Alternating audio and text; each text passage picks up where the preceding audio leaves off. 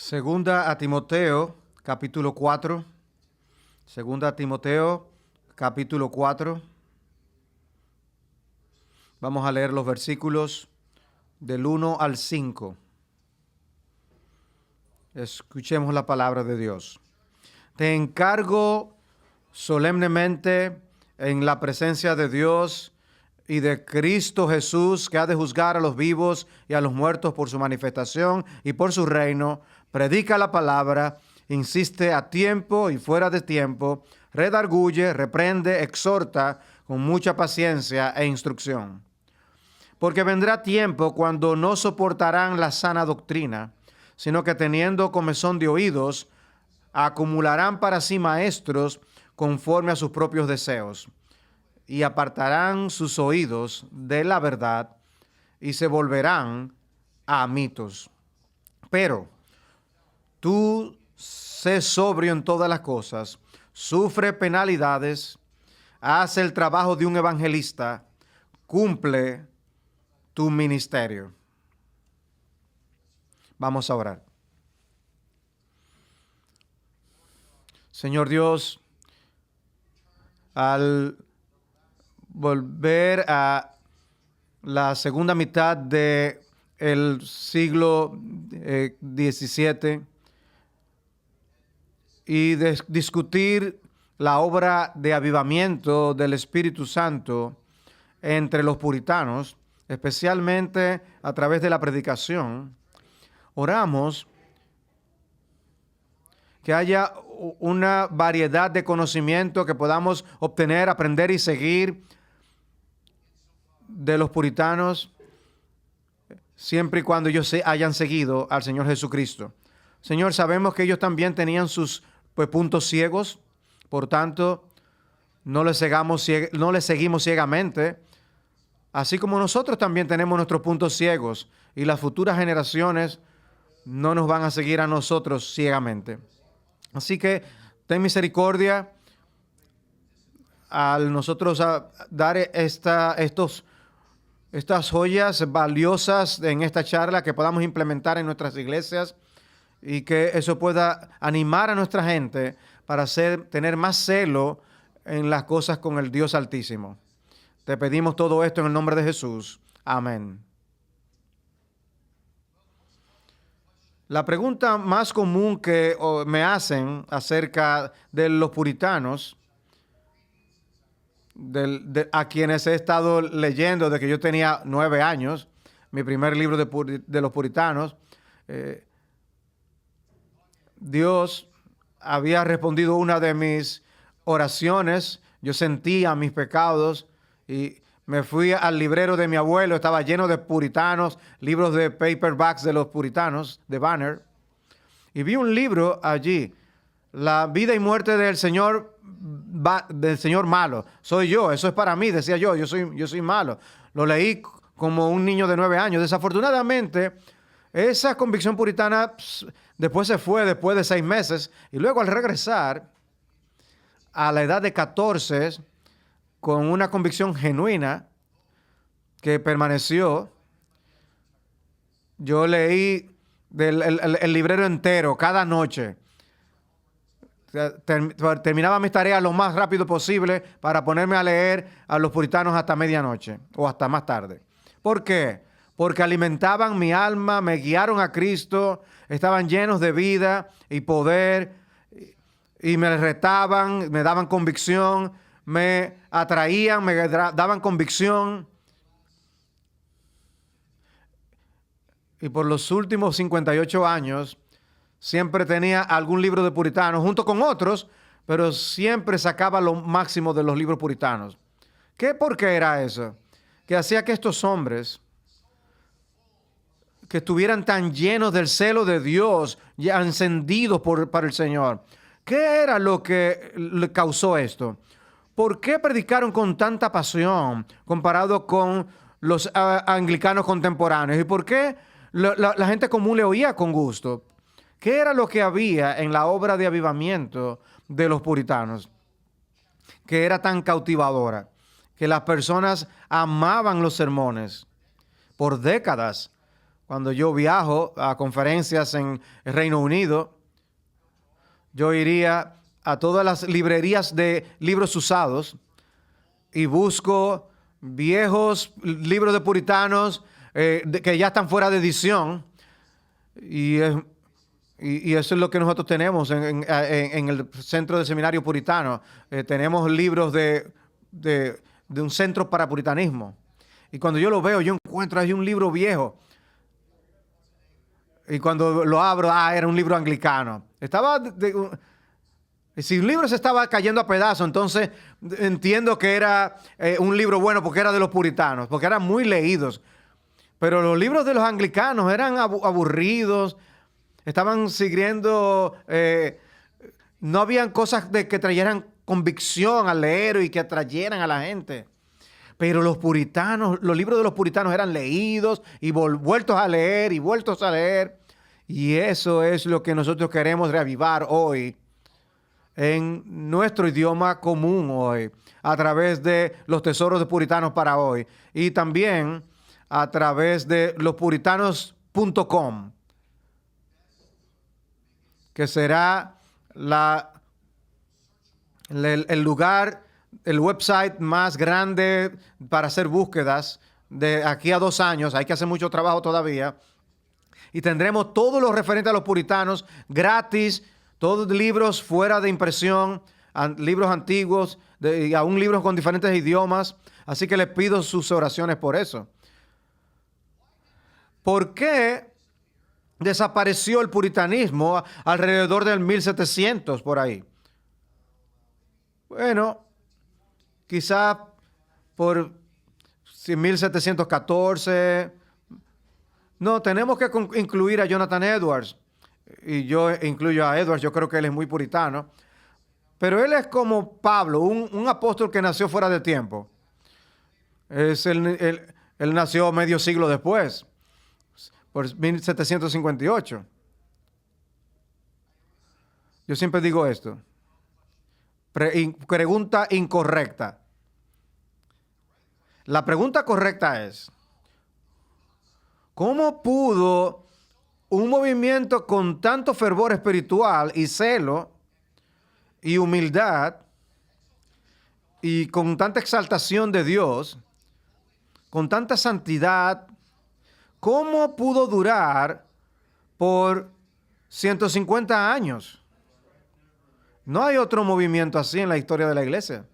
No hay otro movimiento que haya producido tanta literatura edificante y cautivadora, que reaviva el alma, como la era de los puritanos. Bueno, hay respuestas a la pregunta de por qué murió ese puritanismo, y parte de las razones es que en 1662 200 pastores puritanos fueron sacados de sus púlpitos, y eso afectó el movimiento. Y para 1689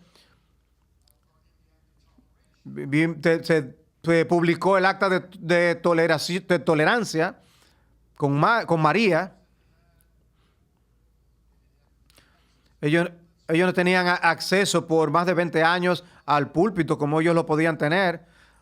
Así que eso hizo que fuera palideciendo, combinado también porque en el siglo XVIII el espíritu de la iluminación creció, y del humanismo estaba a todo lo largo de Europa.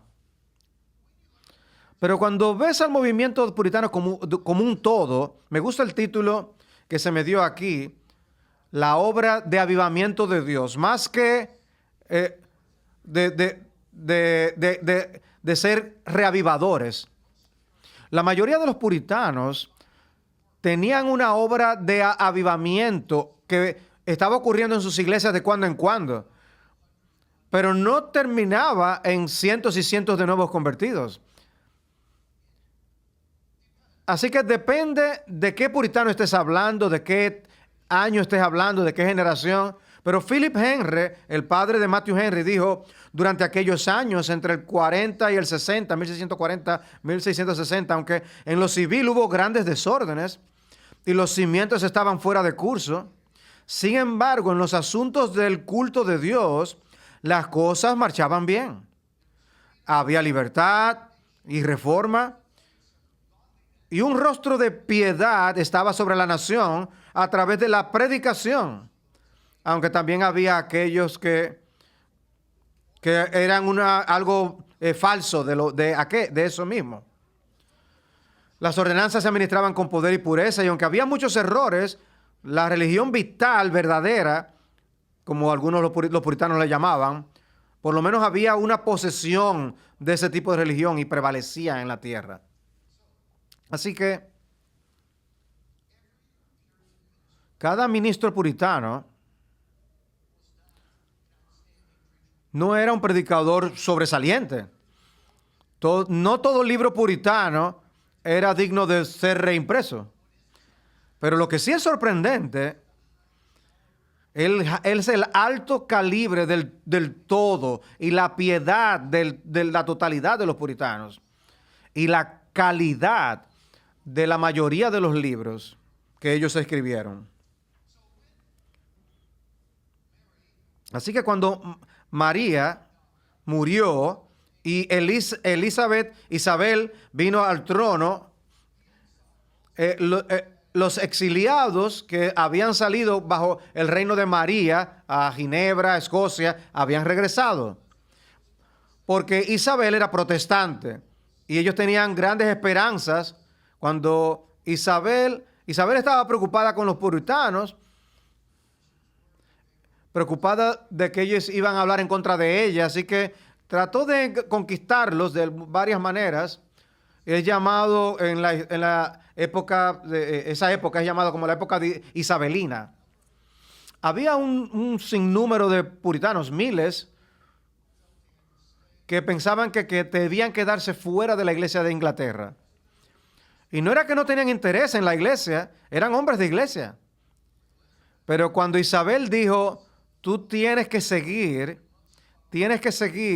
cada detalle del libro de la oración común, y ellos encontraron muchos detalles que lucían a catolicismo romano, ellos no podían con limpia conciencia continuar. Así que algunos puritanos se quedaron en la iglesia de Inglaterra, algunos, la mayoría salió, pero estaban muy interesados en oración. Y luego estaban los más radicales, que eran los peregrinos, que se fueron y dijeron, ya no queremos tener nada que ver con esto, con la iglesia de Inglaterra. Así que no tenía nada que ver con el protestantismo genuino.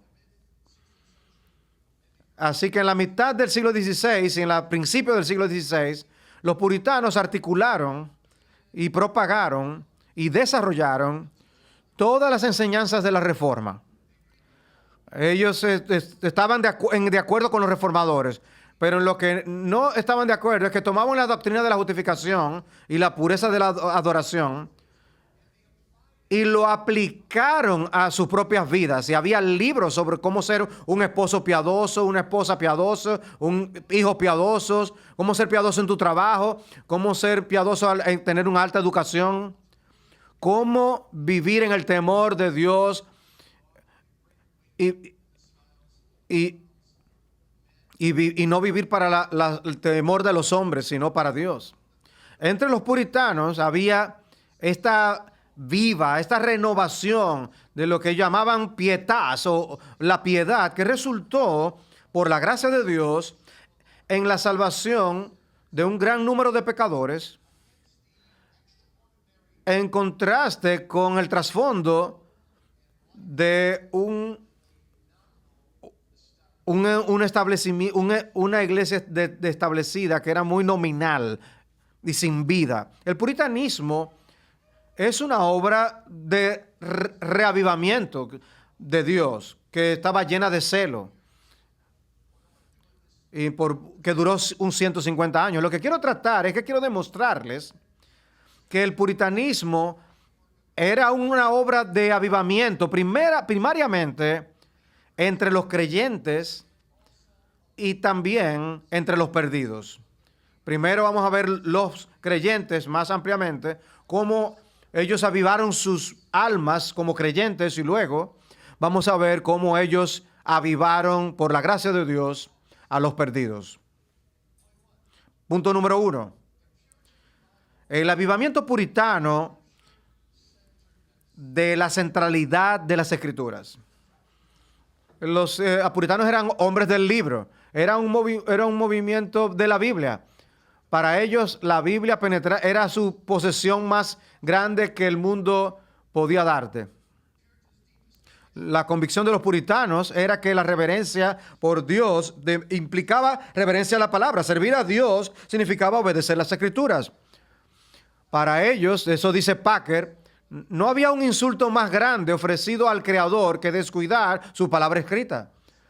Y no podía haber un acto de homenaje a Él que sea más cierto que apreciar esa palabra, vivirla, diseminar la enseñanza, tener una gran veneración por las Escrituras como la palabra viva del Dios vivo y la preocupación de hacer todas las cosas bien, todo lo que prescribe. Eso es puritanismo, es la marca del puritanismo.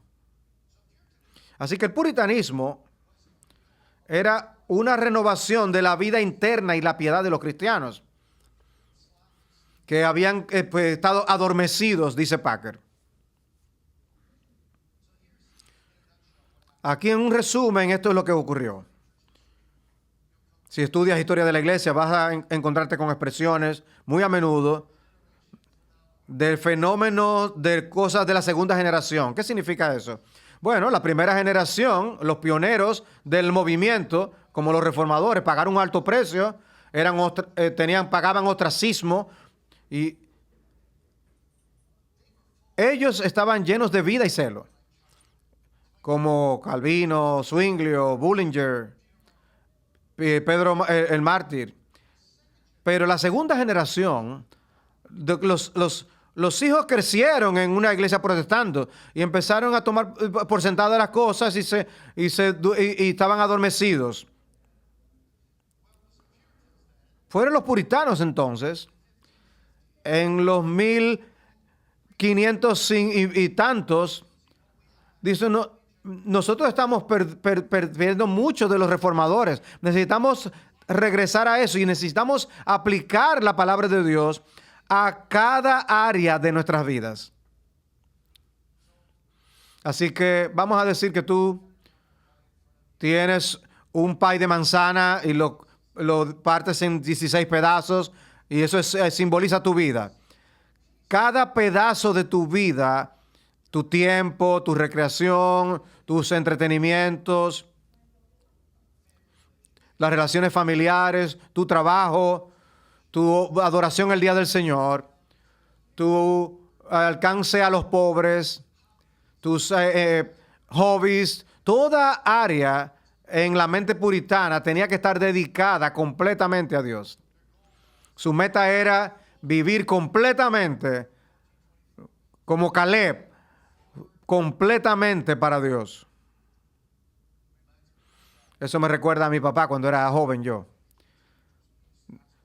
Éramos adolescentes.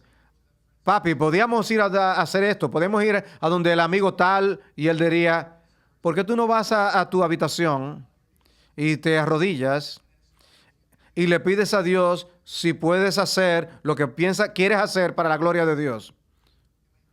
Si lo puedes hacer para la gloria de Dios, puedes hacerlo. Nos ponían la responsabilidad a nosotros. Nosotros poníamos freno a nosotros, porque nos dábamos cuenta que muchas de estas cosas no las íbamos a hacer para la gloria de Dios.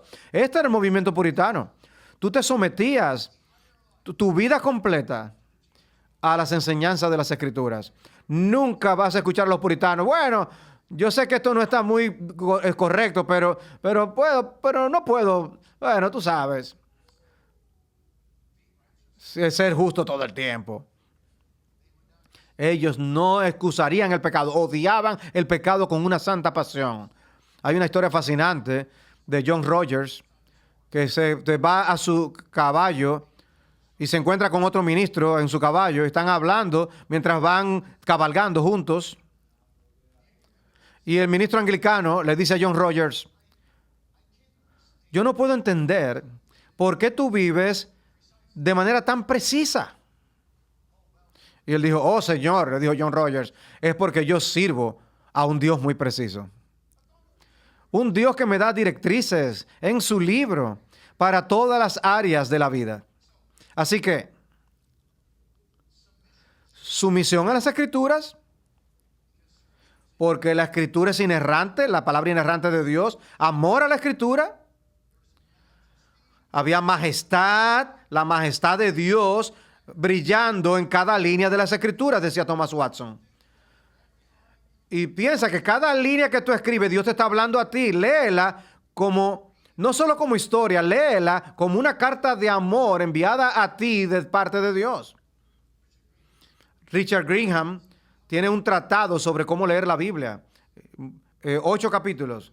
Capítulos que dicen diligencia, sabiduría, preparación, meditación, discusión, fe, práctica, oración. Es un libro ahí para ti, ese es un libro. ¿Ven? Ellos vieron los 66 libros del canon como la biblioteca del Espíritu Santo. Y a través de la palabra de Dios, ellos leían la Biblia, escudriñaban la Biblia, meditaban en la Biblia, memorizaban la Biblia, enseñaban la Biblia, predicaban la Biblia y cantaban la Biblia.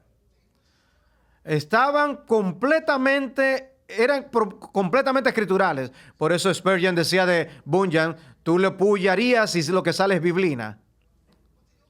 Pero también eran celosos para esparcir las Escrituras a través de nuevas traducciones, como Guillermo Tyndale, y luego la Biblia de Ginebra, o la Biblia King James, que tomó un tiempo para que la aceptaran, y lo aceptaron. Ellos querían que cada quien tuviera una Biblia.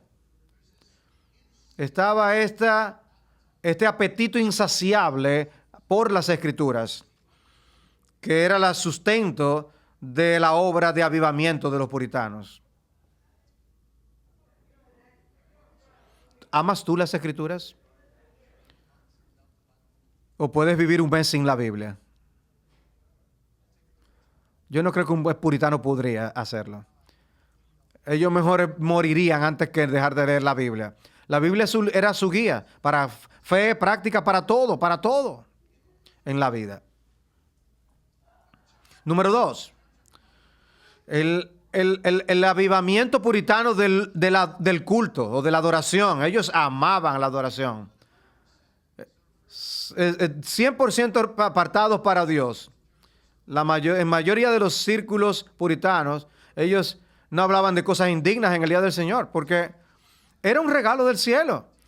Era un preámbulo del cielo. El día de reposo era el día del mercado del alma. Tú vas a obtener tus productos a la tienda una vez a la semana. Y espiritualmente tú vas a la iglesia en el día del mercado del alma para obtener los recursos espirituales para la semana. Y alguien siempre en la semana estaba guiando la semana con la Escritura, cantando la Escritura, orando con la familia, siempre tomando el capítulo que leían y extrayendo 2, 3 lecciones de esa lectura. Y tú la aplicarías a tus hijos y tratarías de mezclar el sermón del domingo con esto.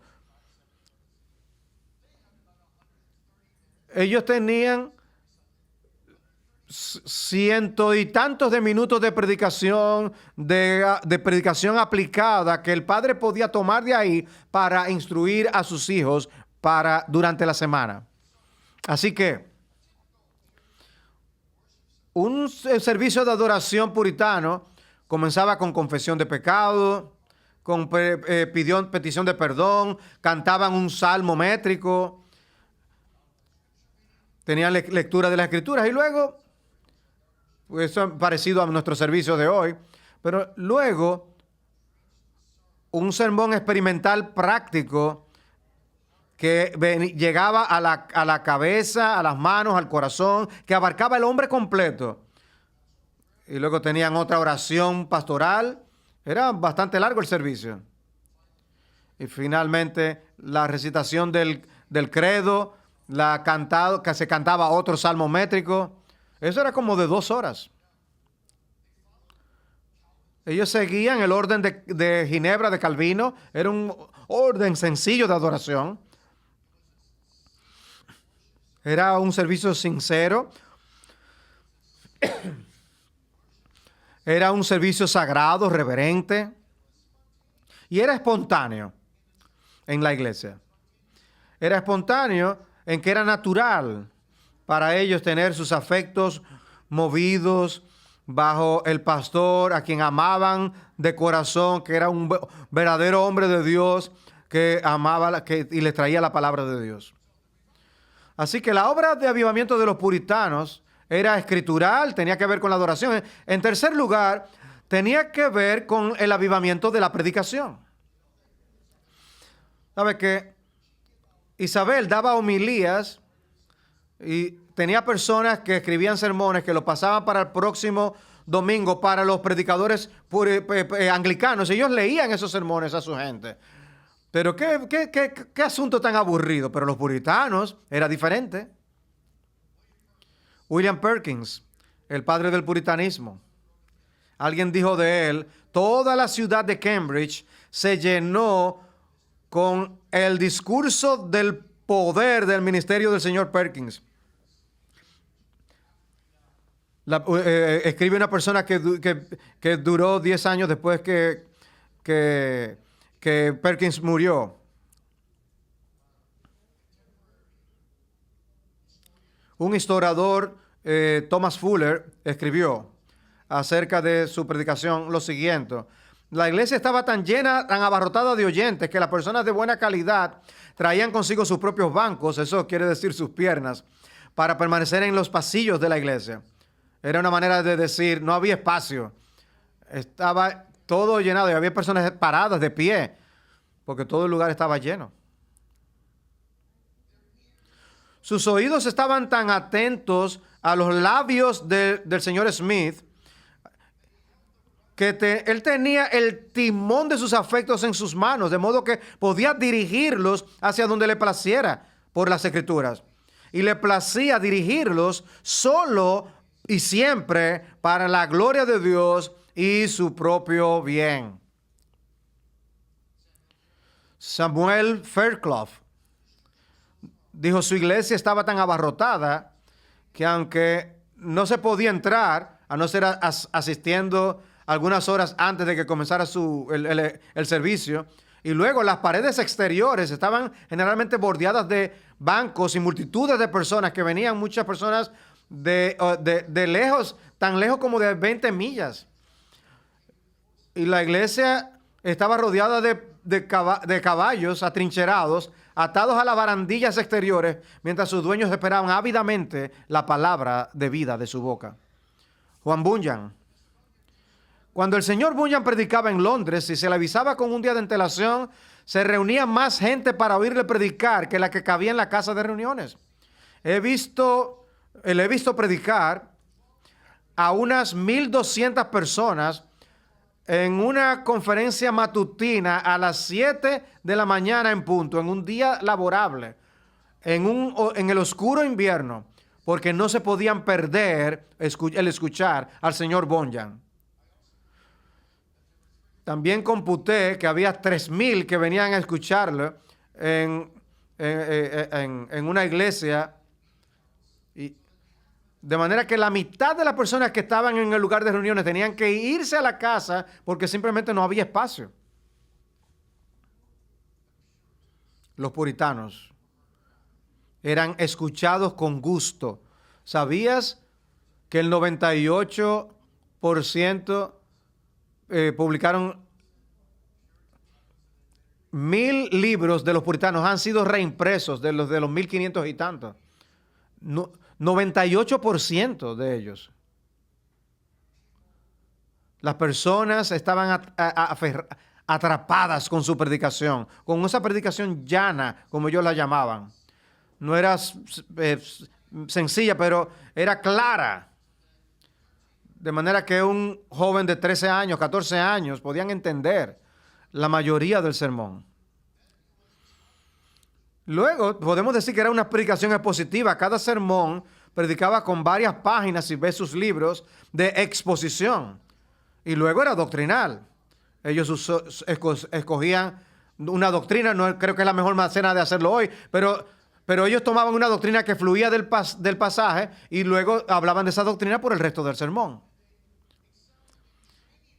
Y ellos se entrenaban a sí mismos con la predicación. Había profecías que cuando un grupo de ministros se reunían, 100 ministros, 3 de ellos y predicaban en la mañana del mismo pasaje, 3 diferentes sermones, y organizaban también la predicación de la tarde, y predicaban entonces todas las aplicaciones y los usos. Y luego por el resto del día, ellos discutían de manera, se criticaban constructivamente los sermones de cada uno. También habían charlas. Eran simplemente ministros que no estaban así, habían sido expulsados de la iglesia de Inglaterra y que eran más populares que los predicadores de la iglesia anglicana. Y ellos iban a encontrar a una rico o aún quizás a una congregación que contrataba a un puritano para que sea el charlista. Y predicaba el domingo en la noche, el miércoles en la noche, y luego haría trabajo pastoral. Porque no hacía el trabajo pastoral porque lo hacía el pastor anglicano, pero en la providencia de Dios significó que los puritanos tenían la oportunidad de describir por completo sus sermones. Y por eso tenemos tantos libros de puritanos hoy, porque ellos escribían sus sermones. Había predicación, predicación, predicación. Los puritanos amaban la predicación. Eran 4, 5, 6 sermones que predicaban a la semana. Y luego, los puritanos también estaban bien entrenados en la predicación. Casi todos fueron a Oxford y a Cambridge. Ellos irían a las universidades y dentro de Oxford y Cambridge, donde los profesores, como dicen los libros de erudición, que eran un alto tipo de protestantes, llenos de celo para dedicar toda su vida al Señor. Lawrence Chatterton, quizás no lo han oído hablar porque no escribió ningún libro de cierta longitud, pero él entrenó a cientos y a cientos de predicadores desde que tenía 40 años hasta que era un hombre de 90 años. Era sorprendente. Y él impactó con los cursos a tantos puritanos, a predicadores puritanos, para predicar las riquezas de Cristo y predicar eso experimentalmente. ¿Y qué significa eso de predicadores experimentales? Ellos no predicaban solo a la mente, sino que predicaban del corazón de ellos al corazón de los oyentes. De manera que tenía un eco, esos sermones tenían un eco con las experiencias de la gente del pueblo de Dios. Por eso era predicación experimental. Pero también, eso significa también lo mismo, es la obra del Espíritu obrando en el alma. Y tú puedes rastrear esa obra para la gloria de Dios. Ellos pueden dar gloria a Dios por su obra de salvación. Cuando yo salí de las reservas del ejército, mi jefe me dijo, mira, si te llaman para ir a la guerra, debes recordar 3 cosas. 1, cómo la guerra debe ir, idealmente. Has sido entrenado para pelear. Debes recordar lo que vas a hacer. Segundo, debes recordar que las guerras nunca salen como uno ha pensado que deben pasar. Son sangrientas y son muy tollosas. Debes tratar con los problemas. Y número 3, debes ser optimista. Tienes que luchar por el tío Sam, para el gobierno, por una bandera de América. Eso fue lo que me dijo. Y después yo pensé sobre eso. Eso es una definición increíble de la predicación experimental. Cuando tú predicas experimentalmente, predicas para el pueblo de Dios. Sí, el objetivo es las verdades de la Biblia, todo eso para la gloria de Dios. Eso moverá sus afectos, pero también tú tienes que predicar de una manera idealista Como lees en Romanos 8, por ejemplo, ninguna condenación hay. Y dice no hay, y termina ese capítulo diciendo no hay separación de Cristo Jesús. Y todo el capítulo está lleno de victoria, donde somos más que vencedores por aquel que nos amó. Tienes que predicar el idealismo al pueblo de Dios, de su experiencia espiritual en Cristo, de que están a salvo para siempre, aleluya. Pero también tienes que predicar Romanos 7, las luchas, el bien que quiero hacer no lo hago. Y yo me termino haciendo cosas. ¿Quién me libra? Miserable de mí. ¿Quién me libra de este cuerpo de muerte? Y luego también tienes que predicar Apocalipsis 21. El futuro optimista.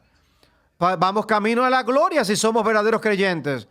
Vamos a brillar con la gloria de Cristo, tan santos como Cristo es santo. Vamos a estar libres de pecado. Y no va a ser posible pecar en la tierra de Emmanuel.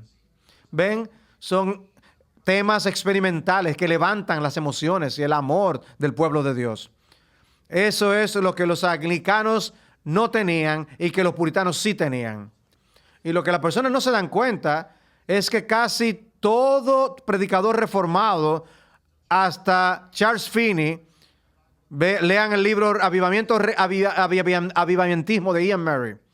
Él predicaba no para ellos no predicaban para la cabeza, sino para el corazón. Y eso fue lo que ganó tanto de los afectos de la gente para los sermones puritanos. Y eso también capacitaría a los pastores puritanos para distinguir entre los verdaderamente salvos y los que ellos que simplemente eran nominales. Y eso es parte de una obra de avivamiento también. Así que ellos le harían preguntas a su pueblo. ¿Realmente has gustado y probado que Dios es bueno? ¿Tienes una relación personal con Él? ¿Has experimentado su presencia? J.I. Packer resumió bien. Dice, ellos predicaban la Biblia sistemática y minuciosamente con una aplicación sostenida a la vida personal, predicándola como quienes la creían y que procuraban con su manera de ser que su asunto fuera creíble y convincente y que convenciera y convirtiera. La retórica puritana estaba al servicio del biblicismo puritano. La pasión puritana en el púlpito era producto del deseo de ser una encarnación transparente para la congregación de lo que significa captar y ser captado por la verdad revelada de Dios sobre la gracia y la piedad, la vida y la muerte, el cielo y el infierno. Luego, número 4, el avivamiento puritano de la piedad, Alguien te dice, oh, tú eres tan piadoso. Quizás estás pensando que fue una crítica. Pero si tú le dices a un puritano, tú eres tan piadoso, le dices a Juan Calvino, tú eres tan piadoso, probablemente él diría, oh, yo quisiera ser más, porque la piedad es algo muy positivo. Está después de la gloria de Dios, por encima de todo. Es lo que todo puritano quería, el rostro de Dios. No es una tragedia que hoy todas las cosas sagradas de la vida, el mundo se burla de ello. Hace chistes de ello. Se hacen chistes de Dios, del infierno, del cielo, del matrimonio sagrado. Lo toman, eso era parte de la piedad. Escuchen algunos de los títulos de los libros. Un método de oración de Matthew Henry. Una guía sobre cómo ir a Dios de William Gouch. La clave secreta del cielo de Thomas Brooks. La oración del Señor de Thomas Watson. La oración en el Espíritu de John Bunyan. El arte de la meditación de Joseph Hall. El cristiano en la montaña de Thomas Watson. Libros que hablaban de la piedad personal desarrollada a través de la lectura de las Escrituras, la meditación, la oración, una vida personal de comunión con Dios. Viene a nosotros en la Biblia y nosotros vamos a Él en oración. Ese tipo de piedad no era simplemente para ti en privado, también debía ser algo vivido en la familia a través de la adoración familiar, Así que tú debes reclamar un matrimonio bíblico, reclamar una vida familiar piadosa hablando cada día a tu esposa y a tus hijos de las cosas de Dios. Así que el matrimonio era muy importante. Debías guiar a tu esposa, lavarla con el agua de la palabra, para que en el día de juicio él pueda decirte a ti al Señor, Señor, porque yo estaba casada con este hombre, yo fui hecha más santa, porque él me lavaba todos los días con el agua de la palabra. Así que ellos mostraban que Dios había creado el matrimonio, que era una figura de Cristo y de la iglesia, como un compañerismo para el consuelo de cada uno. Era un medio de procreación, un medio de preservación de la pureza, un medio para el placer, un placer que honra a Dios en intimidad física entre el hombre y la mujer. Es una figura de placer de la iglesia, etcétera, etcétera. Todas estas cosas lo hacía el matrimonio. Y luego, en cuarto lugar, el avivamiento puritano de los perdidos. Los predicadores puritanos eran conscientemente evangelistas. Ellos escribieron tratados para dar a los perdidos. Lo único que sus tratados eran de más de 100 páginas. No era un pedacito de papel. En Una alarma para los inconversos de Joseph Alleine, o el llamado a los pecadores de Richard Baxter, o el ven a Jesucristo de Juan Bunyan, o la fiesta gloriosa, el festín glorioso del Evangelio de Richard Sibbes. Eran de 75 a 100 y tantos de páginas. Eran libros que apelaban, no eran aburridos. Y eran reimpresos cientos de veces. Y había miles de personas que fueron convertidos solamente por esos dos libros que mencionamos último. Tenían un corazón por los perdidos. Ahora, en Kidderminster, bajo el ministerio de Baxter, él dijo que al trabajar con los perdidos, él iba casa por casa, y al tratar con los perdidos como con los santos, cuando vino a Kidderminster, él dijo que había quizás una persona en un bloque de la ciudad que estaba a salvo. Para el tiempo que se terminó su ministerio, él dijo que difícilmente no había una casa en donde no hubiera un hijo de Dios en esa villa. Él vio 600 conversiones genuinas en un par de décadas de ministerio allí. Si eso no es un pleno avivamiento, por lo menos se parece. Y luego vino Jonathan Edwards. Puedo decir una cosa más de Baxter. Porque él discipuló con tanto cuidado y dedicaba tiempo en las casas. A veces dedicaba el día entero. Y les daba según las necesidades particulares espirituales de cada uno. Y en media hora él les daba un discurso privado. Y yo he aprendido que muchas veces, tan valioso como es la predicación, media hora con una conversación privada, porque eran médicos del alma, más se puede hacer que oír 1000 sermones. Eran consejeros espirituales. Y Baxter podía escribir al final de su ministerio, de los 600 convertidos, dijo, ni siquiera 12 de ellos, de ellos tengo ni alguna duda al respecto de la genuinidad de su conversión. Todos están andando con el Señor. Sorprendente. Jonathan Edwards, algo muy similar, aunque más adelante, algunos sí que fueron hacia atrás. Jonathan Edwards dijo, difícilmente había uno en el pueblo de lo que de que esté despreocupado de las grandes cosas del mundo eterno. Estos hombres se destacaron en sus comunidades, eran conocidos como hombres de Dios, tenían un gran respeto del pueblo por ellos. Las personas vieron una comparación entre lo que eran en privado y lo que eran en el púlpito. Eran hombres piadosos que tenían una pasión, un celo por el alma de su gente. Y algunas veces los no salvos salían de la iglesia y ellos dirían, yo creo que mi pastor me ama mi alma más de lo que yo me amo a mí mismo.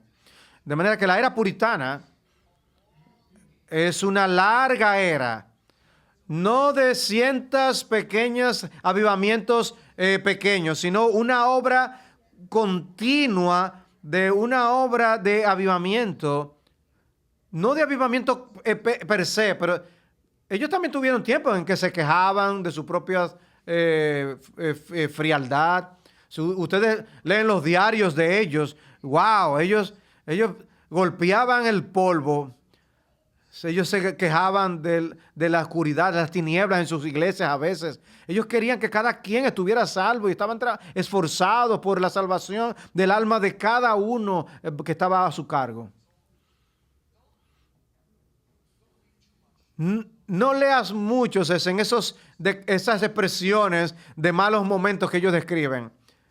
Eso, si tú tienes 5 hijos y 2 están en el mundo, si yo te digo, no estés muy preocupado por ellos, tú sabes, quizás ellos van a regresar, no te apures. No, tú dirás, esto está conmigo día y noche. Estos 2 hijos no están salvos. Yo necesito, Señor, ellos te necesitan a ti. Y tú vas a estar orando por ellos con mucho esfuerzo. Esa es la manera en que los pastores puritanos se sentían por su propia congregación. Eran padres espirituales en el rebaño. Bueno, todas estas 4 cosas más el amor a los perdidos estos son algunos de los elementos. Hay más, pero lo voy a dejar ahí. Pero esos son algunos de los elementos que les dio bajo la bendición del Espíritu. Ya leímos acerca de eso, de la bendición del Espíritu.